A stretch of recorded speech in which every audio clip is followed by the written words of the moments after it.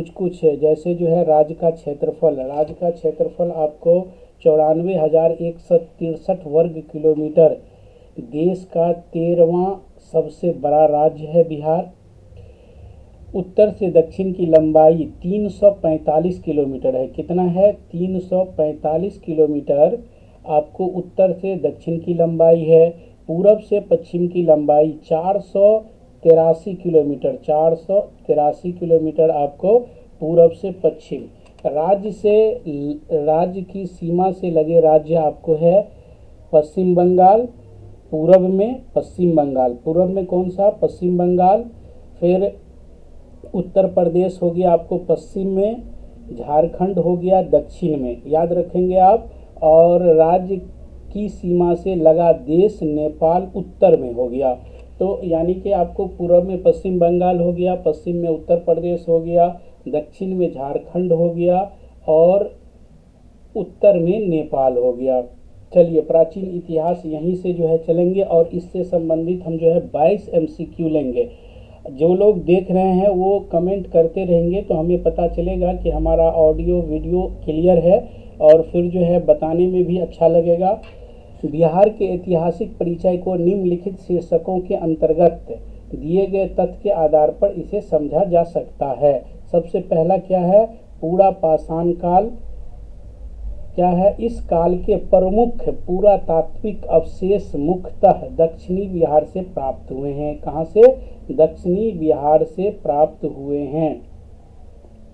इसमें पत्थर की कुल्हाड़ी, चाकू, खुरचनी तथा उत्कीर्ण खुरपी आदि हैं। ये अवशेष मुख्यतः गया की जैठिन, कहाँ से? गया के जैठियन, पेमार घाटी, मुंगेर के भीम बांध व पेसरा, भागलपुर के राजपोखर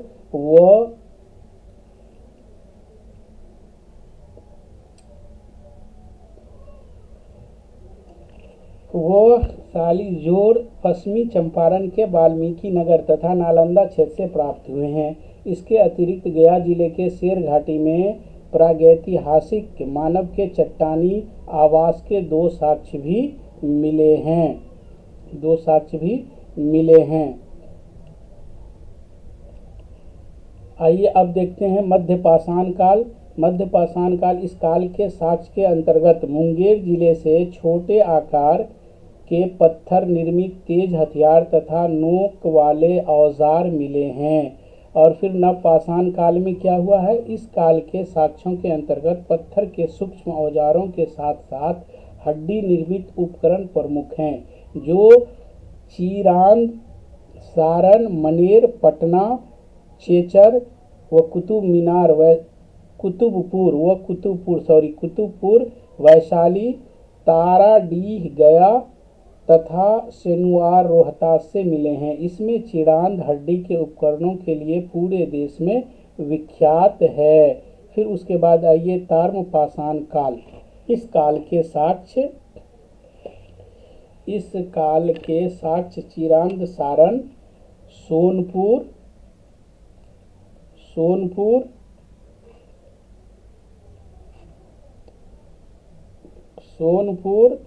बेलागंज प्रखंड, गया, मनेर, पटना, चेचर, वैशाली, राजगीर, सोनुआर, रोहतास तथा ओरियम, भागलपुर से मिले हैं। इसमें काले एवं लाल मृद भांड प्रमुख हैं, जो सामान्यतः 1000 ईस्वी पूर्व से 900 ईस्वी पूर्व तक के माने जाते हैं। अब आइए लोहकाल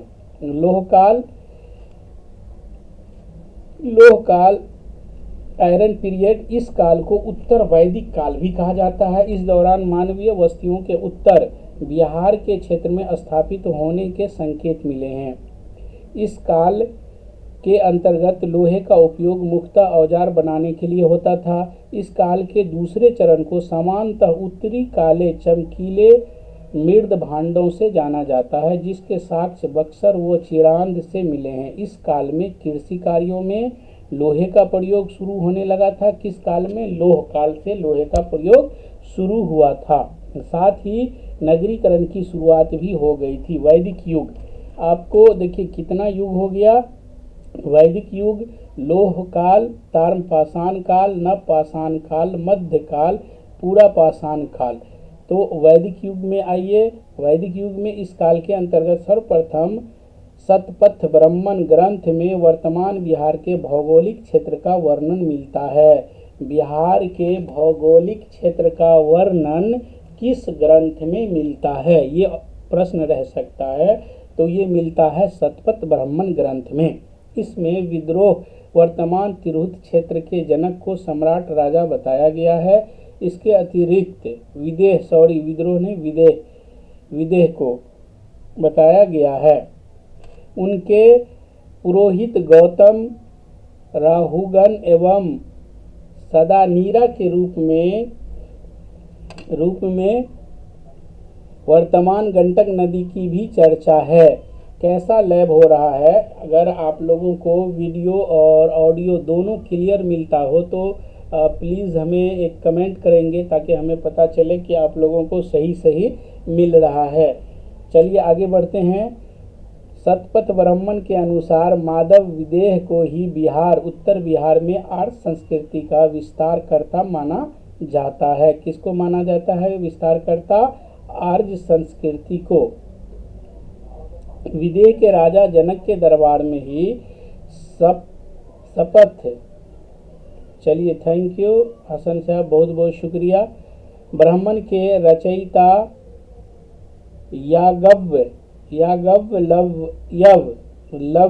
याज्ञवल्क्य तथा उनकी पत्नी मैत्री रहते थे।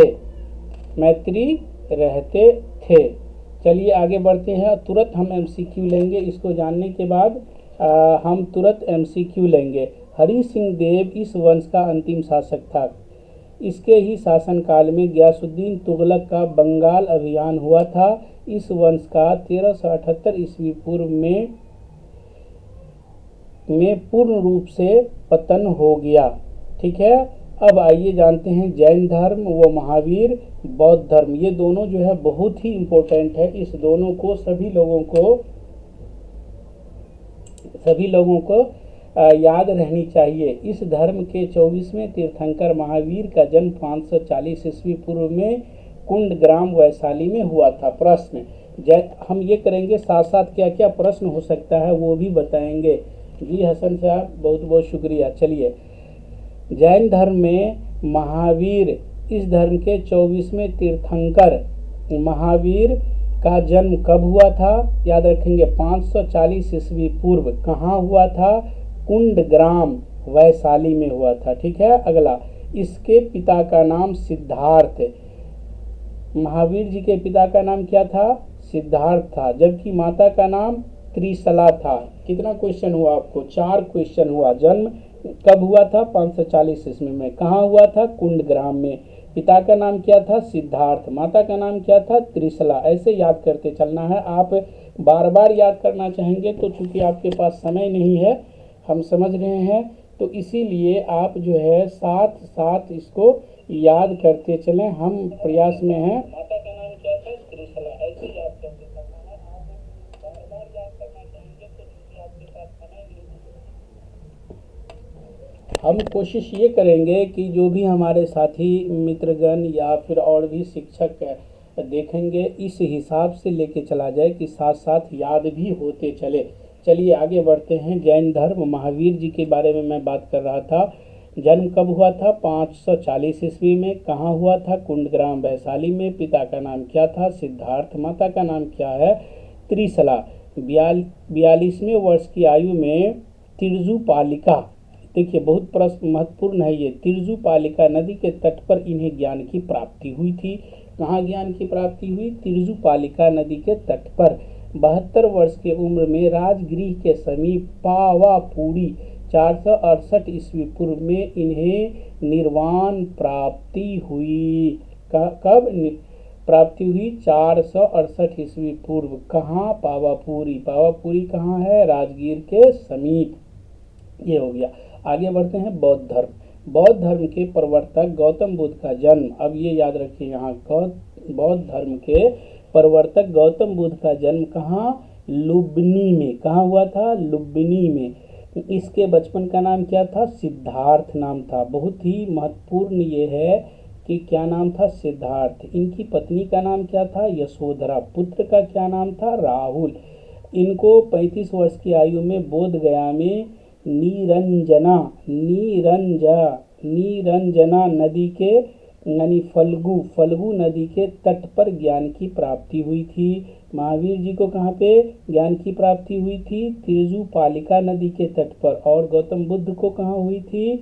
फल्गु या फिर निरंजना नदी के तट पर हुई थी। इस घटना को क्या कहते हैं? संबोधि कहा जाता है। इस घटना को क्या कहा जाता है? संबोधि कहा जाता है। चलिए आगे बढ़ते हैं हम। अब आइए परीक्षा उपयोगी महत्वपूर्ण तथ्य। तृतीय बौद्ध सभा कहाँ हुई थी? पाटलिपुत्र में बुलाई गई थी। तृतीय बौद्ध सभा कहाँ बुलाई गई थी? पाटलिपुत्र में। विश्व का पहला गणतंत्र वैशाली में लिच्छवी के द्वारा स्थापित किया गया था। विश्व का पहला गणतंत्र कहाँ स्थापित किया गया था? तो वैशाली में लिच्छवी के द्वारा। बोध गया में लगा हुआ बोधि वृक्ष अपनी पीढ़ी का चौथा वृक्ष है। बोध गया में लगा हुआ बोधि वृक्ष अपनी पीढ़ी का कौन सा वृक्ष है? कितना नंबर वृक्ष है? तो आप कह सकते हैं चौथा वृक्ष है। चलिए आप बने रहिए। हम इसके बाद जो है 22 MCQ भी लेंगे और उसमें आपको टेस्ट करना है अपने आप को कि कितना आप बना पाते हैं। तो इसको जितना ध्यानपूर्वक आप देखेंगे सुनेंगे उतना ही अच्छा से आप बना सकते हैं। आपसे रिक्वेस्ट है कि आप इसे देखें भी और लोगों को शेयर भी कर दें ताकि और भी हमारे साथियों को इसकी जानकारी हो सके। चलिए अगला, उज्जैन को पाटलिपुत्र का संस्थापक माना जाता है। चलिए प्रश्न बन गया आपको, पाटलिपुत्र का संस्थापक पाटलिपुत्र किस शहर का नाम है? ये बताइए। कमेंट में जरा बता सकते हैं कोई लोग, पाटलिपुत्र किस शहर को कहा जाता है? प्लीज, पाटलिपुत्र किस शहर का पुराना नाम है?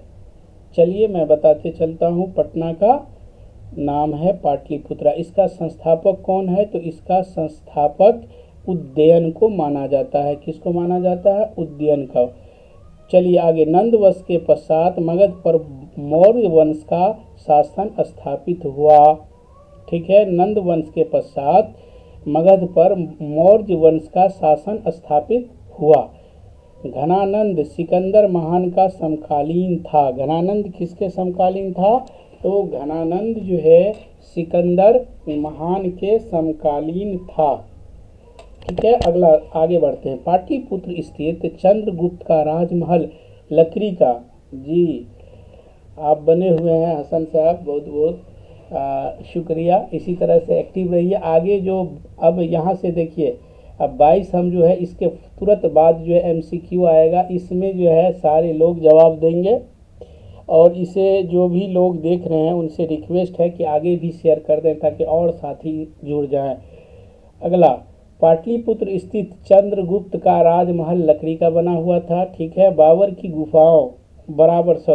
की गुफाओं का उपयोग आजीवक संप्रदाय के लोगों ने अपने आश्रय गृह के रूप में किया था। भारबू अभिलेख में अशोक को मगध का सम्राट बताया गया है। किस अभिलेख में? भारबू अभिलेख में अशोक को मगध का सम्राट बताया गया है। अजातशत्रु के समय में प्रथम बौद्ध संगीत राजगृह में आयोजित की गई थी। ठीक है, नोट, बिहार के प्राचीन इतिहास से संबंधित तथ्यों के विस्तृत अध्ययन आपको मिलेगा प्राचीन भारत बिहार के विशेष संदर्भ सहित बुकलेट में देखें। चलिए अब हम चलते हैं MCQ जो मैं बताया था, और ये सारे बहुत बहुत इम्पोर्टेंट जो है वो वस्तुनिष्ठ प्रश्न है ये। तो चलते हैं और एक एक करके जो है सारे सवाल का जवाब हम लेते हैं। अच्छा ये बताइए, इसको मैं और बड़ा कर दूं या फिर इतना ठीक है? चलिए इतना बड़ा कर देते हैं ताकि आपको देखने में कठिनाई उत्पन्न न हो। ठीक है, चलिए ये रहा। ठीक है, अब आ गया, यहाँ से हम शुरू करते हैं और जवाब आपसे लेते चलेंगे। कर्नाट वंश का संस्थापक कौन था? चलिए, कर्नाट वंश का संस्थापक कौन था? ये पूछा गया था 60-62वीं BPSC प्री में। बताइए तो आप कौन था? ए हो गया न्यायदेव, बी हो गया नरसिंहदेव, सी हो गया विजयदेव, डी हो गया हरिदेव, ई हो गया उपरोक्त में से कोई नहीं। कोई लोग बता सकते हैं तो बताइए, फिर हम इसका जवाब तुरंत बताएंगे। जी, कर्नाट वंश का संस्थापक कौन था? कर्नाट वंश का संस्थापक कौन था? चलिए मैं बताते चलता हूँ। इसका संस्थापक था कौन? न्यायदेव। कौन था? न्यायदेव। आंसर हो जाएगा ए। आंसर क्या हो जाएगा? ए, न्यायदेव। अगला प्रश्न हम लेते हैं, कर्नाट वंश का अंतिम शासक कौन था? कर्नाट वंश का अंतिम शासक कौन था? कर्नाट वंश का अंतिम शासक कौन था? बताइए, कर्नाट वंश का अंतिम शासक कौन था? ये हो गया प्रश्न। इसमें पहला हो गया आपको, ए में हो गया हरि सिंह, बी हो गया राम सिंह, बी हो गया राम सिंह, और देख लेते हैं दो ऑप्शन क्या है इसमें, सॉरी, सी ऑप्शन हो गया आपको कौन? मती सिंह, और डी हो गया श्याम सिंह, और ई हो गया उपरोक्त में से कोई नहीं। ठीक है, कर्नाट वंश का अंतिम शासक कौन था? चलिए आंसर मैं बताते चलता हूँ। ये था आपको हरि सिंह। ए, कौन था? हरि सिंह। अगला प्रश्न लेते हैं। अगला प्रश्न आपका, नालंदा विश्वविद्यालय के संस्थापक कौन थे? इसका तो जवाब सभी को आना चाहिए। नालंदा विश्वविद्यालय के संस्थापक कौन थे? ये प्रश्न 56 और 59वीं बीपीएससी में पूछा गया था। बताइए। अब मैं ऑप्शन बताता हूँ, चंद्रगुप्त, विक्रमादित्य, कुमारगुप्त, धर्मपाल और पुष्पगुप्त कौन थे? नालंदा विश्वविद्यालय के संस्थापक कौन थे? जरा कमेंट में बता दीजिए। कोई भी लोग, अगर आपसे रिक्वेस्ट है आप कमेंट में बताइए, हम फटाफट आगे बढ़ेंगे। कमेंट में बता देते कृपया। फिर सुन लीजिए, नालंदा विश्वविद्यालय के संस्थापक कौन थे? बहुत इंपॉर्टेंट क्वेश्चन है ये। ए चंद्रगुप्त, विक्रमादित्य, बी कुमारगुप्त। चलिए मैं इसमें आपको 50-50 कर देता हूँ, दो ऑप्शन देता हूँ, चंद्रगुप्त, विक्रमादित्य। वाह, शुक्रिया जी, रफ़ी अहमद साहब का जवाब आ गया। और कोई लोग, एक लोग और जवाब दीजिए। 50-50 कर देता हूँ, चंद्रगुप्त, विक्रमादित्य और कुमारगुप्त, इस दो में से बताइए। दो में से एक लोग बताइए, फिर हम आगे बढ़ जाएंगे। चलिए रफ़ी अहमद साहब, आपका जवाब बिल्कुल सही है, कुमारगुप्त। कौन था? कुमारगुप्त था। चलिए अगला सवाल आपका। अगला सवाल ये रहा, महावीर स्वामी का जन्म कहाँ हुआ था? अभी मैं इसको 4 बार रिपीट किया था, और ये आपको देखिए 53, 55, 47, 42 में बीपीएससी में पूछा गया सवाल था। महावीर स्वामी का जन्म कहाँ हुआ था? A option Kundagram, B option Pataliputra, C option Vaishali, और डी ऑप्शन मगध। जरा बताइए, फिर हम आगे बढ़ेंगे। कोई कमेंट में आप टाइप कीजिए। जी, रफ़ी अहमद साहब, इस पे थोड़ा सा आपको ध्यान देना होगा। अगला बताइए, और कोई बताइए, महावीर स्वामी का जन्म कहाँ हुआ था? महावीर स्वामी, रफ़ी अहमद साहब, आपको इस पे ध्यान देना होगा। चलिए और बताइए, जल्दी से एक लोग जवाब दीजिए, फिर मैं आगे बढ़ूँगा। महावीर स्वामी का जन्म कहाँ हुआ था? एक आदमी जवाब दे दीजिए, फिर मैं आगे बढ़ूँगा। चलिए मैं बता देता हूँ, रफ़ी अहमद साहब, अभी मैंने बताया था कुंडग्राम में। कहाँ हुआ था? हाँ, नहीं, आपको थोड़ा मेहनत करना होगा। कुंडग्राम में हुआ था। इसके लिए मैं आपको ले चलता हूँ थोड़ा पीछे, इसको विस्तार से बता देता हूँ, क्योंकि बहुत इम्पोर्टेंट है। ये देखिए, ठीक है, पीछे लेके आ गया मैं। यहाँ देखिए, मैं अभी बताया था मणिभीषण प्रसाद जी, बिल्कुल सही सर, आपका बिल्कुल सही है। यहाँ देखिए, अभी मैं बताया था, इस धर्म के 24वें तीर्थंकर महावीर का जन्म 540 ईस्वी में कुंडग्राम में हुआ था, वैशाली में। ठीक है, आगे बढ़ते हैं, क्योंकि समय भी ध्यान रखना है। अगला सवाल हम लेते हैं। आपका अगला सवाल ये रहा, मगध की प्रारंभिक राजधानी कौन सी थी? मगध की प्रारंभिक राजधानी कौन सी थी? हसन साहब, आपका भी जवाब सर, इस पे थोड़ा सा ध्यान दीजिए। मगध की प्रारंभिक राजधानी कौन सी थी? ए पाटलिपुत्र, बी वैशाली, सी राजगृह गिरिब्रज और डी चंपा। बताइए सारे लोग बताइए। मणिभीषण प्रसाद सर, आप भी मणिभूषण है या मणिभीषण है, आप भी बताइए। रफ़ी साहब, हसन साहब, जितने लोग देख रहे हैं सभी सर से रिक्वेस्ट है फटाक से बताइए। आगे बढ़ता हूं मैं फिर। पहला मगध की, जी रफ़ी साहब आप सी बताए हैं। चलिए अभी बताता हूं, कुछ हद तक आप जा रहे हैं सही। और भी लोग बताइए। मगध की प्रारंभिक राजधानी कौन सी थी? पाटलिपुत्रा, और वैशाली बी में, सी में राजगृह गिरिब्रज और डी में चंपा। बताएंगे कोई? जल्दी बताइए, आगे बढ़ूंगा मैं। चलिए बताता हूं मैं। जी बिल्कुल सही रफ़ी साहब, आपने बिल्कुल सही जवाब दिया। ये राजगृह कहाँ थी? राजगृह थी। अगला सवाल आपका ये रहा, अजातशत्रु के वंश का नाम क्या था? बहुत इंपॉर्टेंट प्रश्न है। 53वीं पंच जी 5 का सर आप बताए हैं सी मौर्य हो गया, ए बी में हो गया हरियंक, सी में हो गया नंद और डी में हो गया आपको गुप्त। हसन से आप ए बता रहे हैं। सर थोड़ा सा मेहनत कीजिए। सर मणिभीषण प्रसाद सर, आप भी थोड़ा सा मेहनत कीजिए। चलिए मैं जवाब बताता हूं। और कोई लोग अगर बताएंगे तो प्लीज़ बताइए, फटाक से बताइए, मैं जवाब बता के आगे बढ़ूंगा। तो इस तरह से अजातशत्रु के वंश का नाम आपका रहा, क्या रहा? हर्यंक, यानी कि बी। क्या हो जाएगा इसका? बी हो जाएगा, हर्यंक। ठीक है, आगे बढ़ते हैं। आपका ये सवाल रहा, तृतीय बौद्ध सभा किस स्थान पर बुलाई गई थी? तृतीय बौद्ध सभा किस स्थान पे बुलाई गई थी? बहुत महत्वपूर्ण प्रश्न है। 53वीं 55वीं बीपीएससी में पूछा गया था। बताइए। ए में हो गया तक्षशिला, बी में हो गया सासाई और सी में हो गया बौद्ध गया, डी में हो गया पाटलिपुत्रा। बताया जाए, जल्दी से बताएं फिर हम आगे बढ़ेंगे। जो भी लोग देख रहे हैं, तृतीय बौद्ध सभा किस स्थान पर बुलाई गई थी?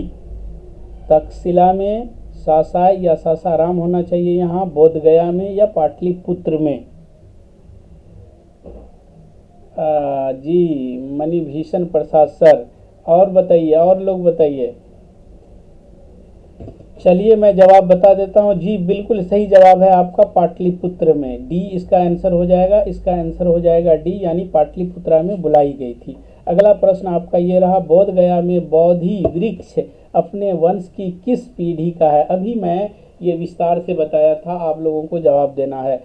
ए तृतीय, बी चतुर्थ, सी पंचम और सी में षष्ठम। यानी ए हो गया तीसरा, बी हो गया चौथा, सी हो गया पांचवा, डी हो गया छठा।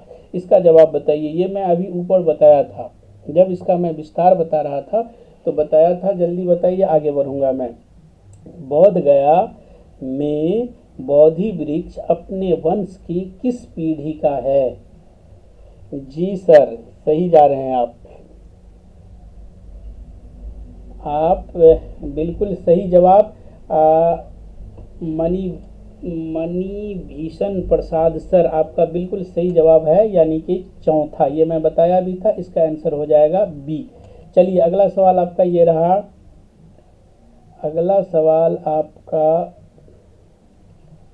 ये रहा, विश्व का पहला गणतंत्र वैशाली में किसके द्वारा स्थापित किया गया था? ये भी अभी मैंने पढ़ा था। इसका जवाब बताइए। नम्मा प्रश्न का जवाब आप बताइए, क्या हो जाएगा? विश्व का पहला गणतंत्र वैशाली में किसके द्वारा स्थापित किया गया था? मौर्य के द्वारा, नंद के द्वारा, गुप्त के द्वारा, लिच्छवी के द्वारा? जल्दी बताएं।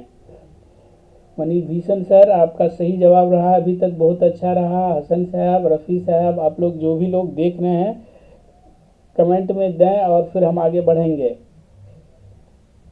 जी बताया जाए। चलिए मैं बताते चलता हूँ। ये लिच्छवी किसके जरिए से? लिच्छवी जरिए से। अभी मैं इसको पढ़ा था, लिच्छवी के। चलिए, पाटलिपुत्र के संस्थापक कौन हैं? पाटलिपुत्र के संस्थापक कौन हैं? ये 48, 52, 44 बीपीएससी में पूछा गया था।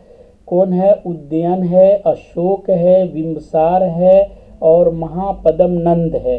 कौन होगा ये? इसका आंसर बता दीजिए 10वां प्रश्न का। मैं अभी इसके विषय में भी पढ़ा था और बताया था, ठीक है। ये सारे जो MCQs हैं इसको मैं अभी ऊपर में इसके विषय में बता दिया था। कोई सर बताइए जल्दी, फिर मैं आगे बढ़ूंगा। 10वां प्रश्न, चलिए मैं आपको बता देता हूँ। आपका उत्तर रहा उद्यन। कौन? उद्यन। पाटलिपुत्र के संस्थापक कौन है? उद्यन। याद रखेंगे, पाटलिपुत्र के संस्थापक कौन है? उद्यन। अगला प्रश्न आपका ये रहा, नंद वंश के पश्चात मगध पर किस राजवंश ने शासन किया? जी बताइए। ए मौर्य, बी शुंग, सी गुप्त, डी चंपा। कोई भी व्यक्ति? जी मणि भीषण प्रसाद सर 10 का आप ए बता रहे हैं। चलिए और लोग से पूछते हैं। जी कमालुद्दीन साहबुद्दीन, जी हाँ सही है, सही है, वो हो गया। अब 11वां का बताइए कमालुद्दीन सर। 11वां का, नंद वंश के पश्चात मगध पर किस राजवंश ने शासन किया? मौर्य ने, शुंग ने, गुप्त ने या चंपा ने? आप क्या बताएं सर? जी चलिए आंसर बता दें। बिल्कुल सही बताएं हैं आप मणिभीषण प्रसाद सर, मौर्य ने। किसने? मौर्य ने। इसका आंसर हो जाएगा ए। अगला सवाल आपका ये रहा, अगला प्रश्न आपका ये अगला प्रश्न रहा, ईसा पूर्व कितना? ईसा पूर्व 6ठी सदी में विश्व की प्रथम गणतंत्रात्मक व्यवस्था कहाँ स्थापित थी? बहुत ही इम्पोर्टेंट प्रश्न है और बिहारी होने के नाते हम सबको इस प्रश्न का उत्तर पता होना चाहिए और ये आपको एग्जामिनेशन पॉइंट ऑफ व्यू से भी बहुत इम्पोर्टेंट प्रश्न है। 46वीं BPSC में पूछा गया था। कौन सा? अच्छा आप वो बता रहे हैं। जी नहीं, इसका मौर्य होगा कमालुद्दीन साहब, मौर्य। अगला सवाल 12वां सवाल मैं कह रहा हूँ, ईसा पूर्व 6ठी सदी में विश्व की प्रथम गणतंत्रात्मक व्यवस्था कहाँ स्थापित थी? वैशाली में, एथेंस में, स्पार्टा में, पाटलिपुत्रा। इसको मैं आपको 50-50 कर देता हूँ, आप लोग जवाब दीजिए। वैशाली और पाटलिपुत्र इस दोनों में जवाब दीजिए। एथेंस अपना नहीं है, स्पार्टा भी अपने यहाँ नहीं है। वैशाली बिहार में है, पाटलिपुत्रा कभी राजधानी हुआ करता था या पटना का पुराना नाम था। इस दो में आप आंसर दीजिए, जल्दी दे दीजिए प्लीज, फिर हम आगे बढ़ेंगे। 2 दिया हूँ, यानी ईसा पूर्व 6ठी सदी में विश्व का प्रथम गणतंत्रात्मक व्यवस्था कहाँ स्थापित थी? ए वैशाली में और डी पाटलिपुत्रा में। इस दोनों में आपको उत्तर देना है। हाँ मुझे आप ही से उम्मीद था, आप ही सबसे पहले जवाब देंगे और बिल्कुल सही जवाब दिया आपने, वैशाली में। मणिभीषण प्रसाद जी आपकी तैयारी बहुत अच्छी है। चलिए इसी तरह से जो है लगे रहें, सबकी तैयारी हो जाएगी। वैशाली याद रखिएगा आप कि ईसा पूर्व 6ठी सदी में विश्व की प्रथम गणतंत्रात्मक व्यवस्था स्थापित वैशाली में थी। जी हसन साहब बिल्कुल सही जवाब। चीनी यात्री वेंग सॉन्ग ने किस विश्वविद्यालय में अध्ययन किया था? ये तो इसका तो आंसर होना ही होना चाहिए, सबको पता। इसका उत्तर तो सभी लोगों को पता, हम सभी लोगों को होना ही चाहिए। 13 प्रश्न नंबर 13 का जवाब बताइए, जल्दी बताइए, फिर हम आगे बढ़ेंगे। अभी हमको जो है आपको 13 प्रश्न हुआ है, 22 प्रश्न का जो है अभी हम करेंगे आज। कोई लोग कमेंट में नहीं कर रहे हैं, कीजिए जल्दी प्लीज। चीनी यात्री वेन सॉन्ग ने किस विश्वविद्यालय में इनाम वारिस सर? जी डी आपने कहा, तक्षशिला, विक्रमशिला, मगध। जी मणिभीषण प्रसाद सर कह रहे हैं ए। चलिए और कोई लोग बताइए। यहाँ था सर थोड़ा सा मणिभीषण सर, हमारे यहाँ जो है बिहार का या फिर ये कह लीजिए कि वर्ल्ड का सबसे पहला विश्वविद्यालय कहाँ स्थापित हुआ था? जी रफ़ी साहब बिल्कुल सही जवाब, इसका जवाब डी होगा। और इनाम वारिस आपका भी जवाब बिल्कुल सही है सर, नालंदा। क्या हो जाएगा? नालंदा। चलते हैं हम, आपका अगला प्रश्न ये रहा। जी सर सही जवाब आपका भी है। अगला 14वां प्रश्न हम लेते हैं। चलिए, वह स्रोत इसको थोड़ा सा मैं बड़ा कर देता हूँ ताकि आप लोगों को और आसानी से सुविधा से देख सकें। ठीक है, और बड़ा कर देता हूँ मैं, ये लीजिए आप, और बड़ा कर दिया मैंने, ये लीजिए। चलिए अगला प्रश्न आपका ये रहा, वह स्रोत जिसमें पाटलिपुत्र के प्रशासन का वर्णन उपलब्ध है वह है, क्या है वो? वह स्रोत क्या कह रहे हैं आपके सवाल जवाब में? अब्दुल अंसारी जी जुड़ चुके हैं सर आप हमारे सवाल में। वह स्रोत जिसमें पाटलिपुत्र के प्रशासन का वर्णन उपलब्ध है वह है दिव्यावदान। दिव्यावदान अर्थशास्त्र इंडिका अशोक के शिलालेख। अब आपको बतानी है इसका जवाब। 14 में वह स्रोत जिसमें पाटलिपुत्र के प्रशासन का वर्णन उपलब्ध है वह है दिव्यावदान अर्थशास्त्र इंडिका अशोक के शिलालेख। जी रफ़ी अहमद साहब का जवाब आ चुका है, और भी लोग जवाब दीजिए, 2 लोग और जवाब दे दीजिए, या एक भी फिर मैं। जी अब्दुल अंसारी जी सर, अच्छा आप हैं अब्दुल बाकी सर हैं जी। जी डी जवाब दिए हैं आप जी। और बताइए, एक आदमी और कोई जवाब दीजिए सर। आपका जो है खुशामदीद है और आप जुड़ गए, ये बहुत खुशी की बात है। सर सब लोग थोड़ा सा मेहनत करने की ज़रूरत है इस सवाल में, क्योंकि देखिए अर्थशास्त्र कमाल जी बिल्कुल सही जवाब है सर आपका। कमालुद्दीन साहब आपका बिल्कुल सही जवाब है, और ये हो जाएगा जवाब। क्या जवाब दिए हैं कमालुद्दीन साहब आप? इंडिका जी, सी लिखते। हाँ, इसका जवाब होगा सी इंडिका। कहाँ पे है? इंडिका में है। चलिए आपका अगला सवाल रहा, अशोक के शासनकाल में बौद्ध सभा किस नगर में आयोजित की गई थी? बहुत ही महत्वपूर्ण प्रश्न है ये। अशोक के शासनकाल में बौद्ध सभा किस नगर में आयोजित की गई थी? जी बताया जाए। ए मगध, बी पाटलिपुत्र, सी समस्तीपुर और डी राजगिरी। क्या हो जाएगा इसका जवाब? इसका जवाब क्या होगा बताइए? अशोक के शासन काल में बौद्ध सभा किस नगर में आयोजित की गई थी? ये देखिए 45वीं बीपीएससी में पूछा गया था। जियाउल्ला साहब जी, मणिभूषण प्रसाद 15 का बी आप बता रहे हैं। और लोग बताइए, और लोग बताइए जी। मणिभूषण सर का जवाब आ चुका है। मेरा एक मित्र है मणिभूषण, इसीलिए सर मणिभूषण याद रहता है, लेकिन आपके नाम का स्पेल मैं देख रहा हूँ तो मणिभूषण आ रहा है। हिंदी में ज़रा आप अपने नाम टैप कर दीजिए जी। इस सर का जवाब आ गया है। और कोई लोग बताएंगे? बताइए, फिर मैं इसका उत्तर बताऊंगा। चलिए इसका जवाब ये है, अशोक के शासन काल में बौद्ध सभा किस नगर में आयोजित की गई थी? तो मणिभूषण सर का जवाब बिल्कुल सही है, यानी आंसर हो जाएगा इसका बी, पाटलिपुत्र में। कहाँ? पाटलिपुत्र में।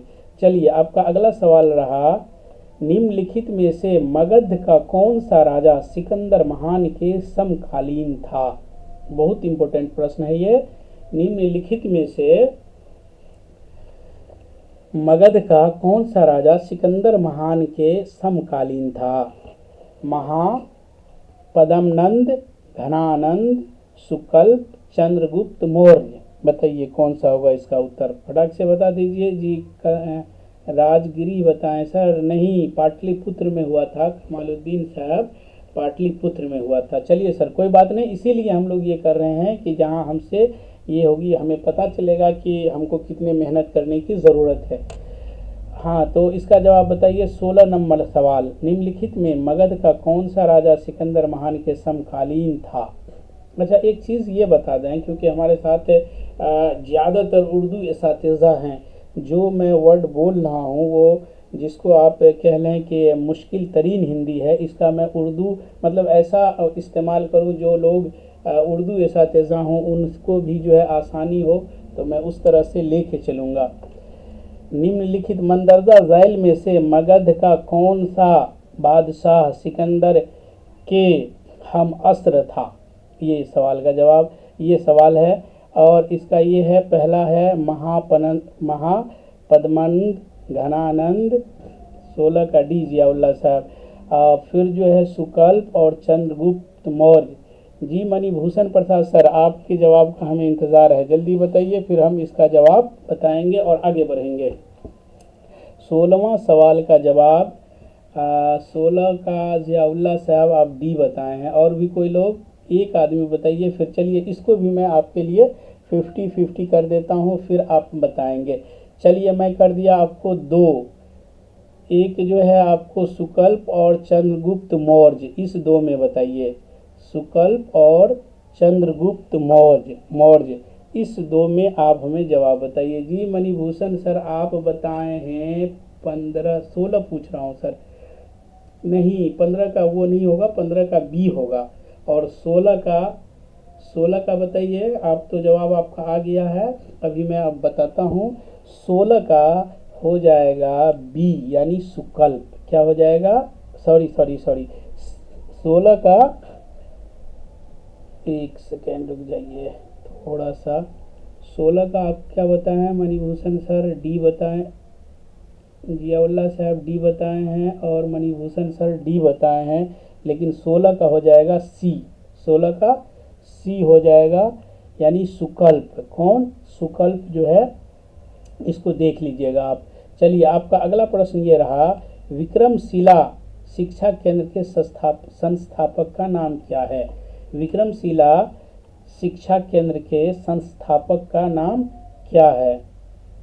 चंद्रगुप्त नहीं सर, चंद्रगुप्त नहीं है, सुकल्प है, सुकल्प है, ठीक है।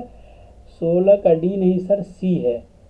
इनाम वाली 17 का बता रहे हैं। चलिए, विक्रमशिला शिक्षा केंद्र के संस्थापक का नाम ए में देवपाल, बी में धर्मपाल, सी में नयनपाल, डी में नरेंद्रपाल। जल्दी बताइए तो मणिभूषण प्रसाद सर, आप जल्दी बताइए, फिर हम आगे बढ़ेंगे। 17 का आप क्या बताए हैं? इनाम वारिस साहब बी बताए हैं। चलिए अच्छा है, ठीक तैयारी है आपका।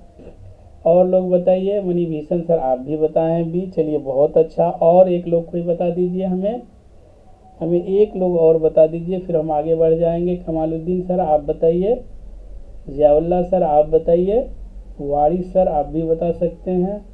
चलिए मैं बता देता हूँ, बिल्कुल दोनों लोग ने बिल्कुल सही जवाब बताया, ये हो जाएगा धर्मपाल, यानी बी हो जाएगा, बिल्कुल सही जवाब आपका है। चलते हैं आपका अगला प्रश्न, पाटलिपुत्र में स्थित, जी सर जी बिल्कुल सही जवाब है आपका भी। पाटलिपुत्र में स्थित चंद्रगुप्त का महल मुख्यतः बना था, बहुत इंपॉर्टेंट है। पाटलिपुत्र में स्थित चंद्रगुप्त का महल मुख्यतः बना था, ईंटों का, पत्थर का, लकड़ी का, मिट्टी का। जी अब्दुल बाकी सर का जो है जवाब आ चुका है। कमालुद्दीन सर आप धर्मपाल, जी सही जवाब है सर आपका। 18वां प्रश्न का उत्तर बनाइए अब्दुल बाकी सर। इतिहास तारीख को जो है और हम लोगों को मुताला करना होगा। मणिभूषण प्रसाद सर आपका जवाब आया है सी, और जियाउल्लाह साहब आपका जवाब आया बी, इनाम वारिस साहब आपका जवाब आया सी, अब्दुल सर आपका जवाब आया बी। चलिए मैं बताता हूँ, मणिभूषण सर का जवाब बिल्कुल सही है, इनाम वारिस साहब का जवाब बिल्कुल सही है, ठीक है। ये था आपको किसका? लकड़ी का बना हुआ था। किसका बना हुआ था? लकड़ी का बना हुआ था, ये याद रखेंगे। जी कमालुद्दीन सर आपका भी जवाब बिल्कुल सही है, लकड़ी का बना हुआ था। चलते हैं अगला प्रश्न लेते हैं। आज हम जो है सिर्फ 22 प्रश्न लेंगे, और देखते हैं, हम कोशिश में रोज़ाना ये लाइव करें। आप लोग कमेंट करेंगे कैसा लगा आप लोगों को, इसे शेयर भी कर देंगे और लाइक भी करेंगे। चलिए, बराबर की गुफाओं का उपयोग किसने आश्रय गृह के रूप में किया था? बराबर, कौन से के बराबर? अभी जो प्रश्न मैंने आपको दिया था, पाटलिपुत्र में चंद्रगुप्त का महल जो था उसके बराबर के गुफाओं का उपयोग किसने आश्रय गृह के रूप में किया था? 40वीं में बीपीएससी में पूछा गया था। आजीविकों ने, थारुओं ने, जैनों ने, तांत्रिकों ने? बोलिए, आजीविकों ने, थारुओं ने, जैनों ने, तांत्रिकों में। जी मणिभूषण सर जल्दी बताइए, फिर आगे बढ़ेंगे। क्या हो जाएगा इसका? बराबर की गुफाओं का उपयोग किसने आश्रय गृह के रूप में किया था? चलिए इसका जवाब मैं बताते चलता हूँ। ये ए हो जाएगा, यानी आजीविकों ने इसका आश्रय गृह के रूप में उपयोग किया था। चलिए अगला प्रश्न। नहीं सर, क्या कहते हैं हसन सर, या हो जाएगा आजीविकों ने। आजीविकों ने ए होगा सर, जियाउल्लाह सर ए होगा, आजीविकों ने। अगला सवाल लेते हैं। वह स्तंभ जिसमें अशोक ने स्वयं को मगध का सम्राट बताया। बहुत इंपॉर्टेंट प्रश्न है ये। वह स्तंभ जिसमें अशोक ने स्वयं को मगध का सम्राट बतलाया। मस्की का लघु स्तंभ, रूमींदई स्तंभ, कीन स्तंभ, भाबरू स्तंभ। बहुत ही इंपॉर्टेंट जो है ये प्रश्न है, 20 नंबर का प्रश्न। मस्की का लघु स्तंभ, रूमींदई स्तंभ, कीन स्तंभ या भाबरू स्तंभ। इसका भी मैं तस्करा ऊपर में किया था। ऊपर में जो टेक्स्ट था उसमें मैंने इसका जो है जिक्र किया था। तो बताइए कौन सा स्तंभ होगा, जल्दी से बता दीजिए, फिर हम आगे बढ़ेंगे। 2 क्वेश्चन आज और लेंगे और फिर इंशाल्लाह इसके बाद अगले दिन से बताया जाए। अब्दुल बाकी सर बताइए इसका जवाब। गौतम बुद्ध का सॉरी वह स्तंभ जिसमें अशोक ने स्वयं को मगध का सम्राट बताया, वो कौन सा? जियाउल्लाह सर आप कह रहे हैं बी, ठीक है। और लोग बताइए। कीन स्तंभ, भाबरू स्तंभ। मैं बता दूं? चलिए मैं बताता हूं। ये हो जाएगा सर भाबरू स्तंभ, यानी इसका जवाब हो जाएगा डी। इसका जवाब होगा डी, भाबरू स्तंभ। ठीक है, अगला प्रश्न लेते हैं। गौतम बुद्ध का जन्म कहाँ हुआ था? जितने लोग अभी हमारे साथ जुड़े हुए हैं, हम उम्मीद करते हैं सभी लोग इस सवाल का जवाब, इस प्रश्न का उत्तर दे देंगे, ऐसा हमें उम्मीद है पूरा। गौतम बुद्ध का जन्म कहाँ हुआ था बताइए, जल्दी जल्दी बताइए। जियाउल्लाह साहब, हसन साहब, कमालुद्दीन साहब, अब्दुल अंसारी, अब्दुल बाकी अंसारी सर, आपका सिर्फ अब्दुल अंसारी लिखा हुआ आ रहा है। जियाउल्लाह सर, मनी भीषण प्रसाद सर, जल्दी से बता दीजिए, सब लोगों का जवाब आ जाना चाहिए। जी रफ़ी अहमद साहब आपने सी बताया, ठीक है। और बताइए इनाम वारिस साहब, आपने भी सी बताया। चलिए लुम्बिनी में अब्दुल बाकी सर जी, और बताइए जी। तीनों लोगों का बिल्कुल दुरुस्त और सही जवाब, यानी कि लुम्बिनी में। ये तो सब लोगों को पता होगा, लुम्बिनी में। चलिए आखिरी आज के इस लाइव का आखिरी सवाल हम लेते हैं। जियाउल्लाह साहब 21 का बी सर जियाउल्लाह सर सी होगा, सी लुम्बिनी में। हाँ जी, हाँ, अब्दुल अंसारी सर सी। अगला सवाल लेते हैं हम। अजात शत्रु के शासन काल में प्रथम बौद्ध संगीत का आयोजन किस नगर में किया गया था? अजात शत्रु के शासन काल में प्रथम बौद्ध संगीत का आयोजन किस नगर में किया गया था? प्रश्न नंबर 22, आज का आखिरी सवाल। फिर इससे आगे हम अगले दिन क्लास में स्टार्ट करेंगे, तो इसका जवाब बताते जाइए। सभी लोग जल्दी से बता दें और फिर हम एंड करेंगे। अजात शत्रु के शासन काल में प्रथम बौद्ध संगीत का आयोजन किस नगर में किया गया था? पहला सुनिए, राजगृह में किया गया था। दूसरा मगध में। तीसरा यानी सी पाटलिपुत्र में, या कश्मीर में। क्या होगा आंसर, जरा बताते जाइए।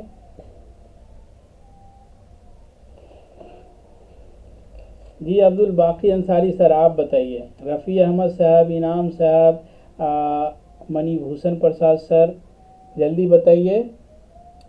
हम ये कोशिश कर रहे हैं कि चूँकि हम लोगों को बहुत टाइम मिलेगा नहीं, जो टाइम हो उसमें इस हिसाब से पढ़ा जाए, इस हिसाब से तैयारी की और करवाई जाए कि लोगों को फिर दोबारा जो है वो नहीं भी देखे तब भी उसको याद रहे। इस तरह का हमारा कोशिश है। अब हम अपने कोशिश में कितने कामयाब हैं ये आपके कमेंट से हमें पता चलेगा।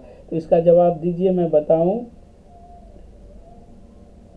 पूरा नज़र में आ रहा है जी, शुक्रिया शुक्रिया, पूरा नज़र में आ रहा है। ठीक है सर, जवाब दीजिए। अजात शत्रु के शासन काल में प्रथम बौद्ध संगीत, अच्छा ये नज़र में नहीं आ रहा है क्या? कमालुद्दीन सर का आया सी। ये सवाल आपको नज़र में नहीं आ रहा है तो मैं थोड़ा सा ऊपर कर देता हूँ। चलिए ये लीजिए जी, कर दिया सर। अब देखिए, अब आ रहा है नज़र में। अजात, मैं पढ़ देता हूँ फिर से। अजात शत्रु के शासन काल में प्रथम बौद्ध संगीत का आयोजन किस नगर में किया गया था? राजगृह में, बी मगध में, सी पाटलिपुत्र में, या डी कश्मीर में? कहाँ किया गया था ये आप बताइए हमें।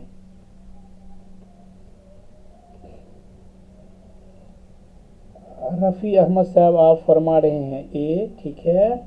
आपका क्या है सर? बी है, ठीक है। अब्दुल अंसारी जी, अब ठीक है जी, शुक्रिया सर।